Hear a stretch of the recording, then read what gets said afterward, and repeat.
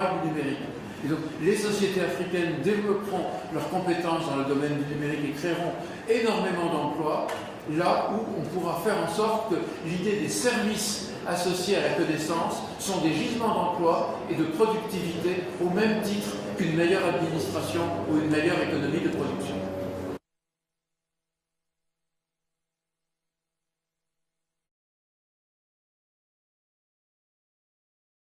C'était aussi d'échanges de pratiques.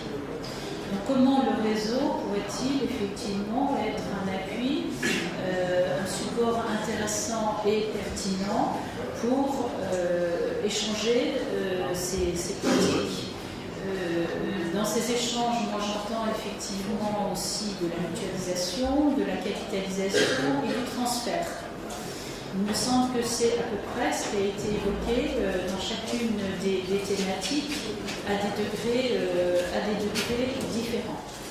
Un autre point est apparu par rapport à la question des besoins identifiés dans chacun des domaines qui, me semble-t-il, a fait écho à la proposition des ateliers que nous souhaitons mettre en place. Donc, on a évoqué déjà hier la possibilité que nous envisagions de mettre en place 4 ateliers dans différents pays adhérents au réseau, des ateliers thématiques. Vous-même avez fait déjà apparaître certaines thématiques au moment de la restitution des ateliers.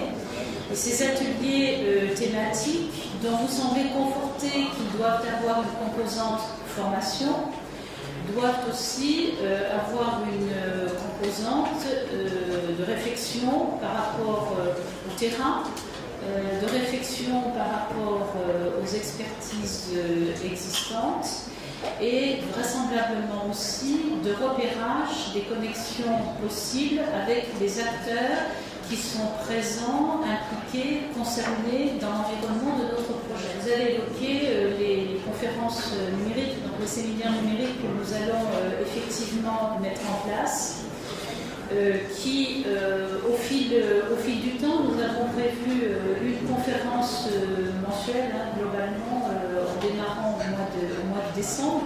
Donc ça nous laisse quand même un certain nombre de possibilités. Et vous avez évoqué la possibilité que ces conférences numériques puissent être abordées avec différentes focales, des focales thématiques qui permettraient d'avoir des interventions, que ce soit sur le domaine de la formation, mais aussi plus à titre d'information,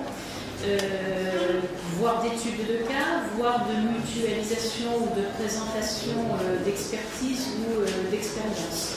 Donc on voit déjà qu'en contrepoint des besoins que vous avez pu évoquer dans les différents ateliers, apparaissent un certain nombre d'activités qui pourraient être mises en place au niveau du réseau. Le réseau pourrait devenir aussi un lieu de recueil de données, de banque de données. Vous avez évoqué la possibilité effectivement d'identifier au-delà du noyau expert réseau actuellement en place des expertises complémentaires qui seraient des expertises thématiques. Donc là, ça renvoie, me semble-t-il, à la fonction banque de données du réseau qui va devoir être progressivement alimentée tout au long des mois à venir.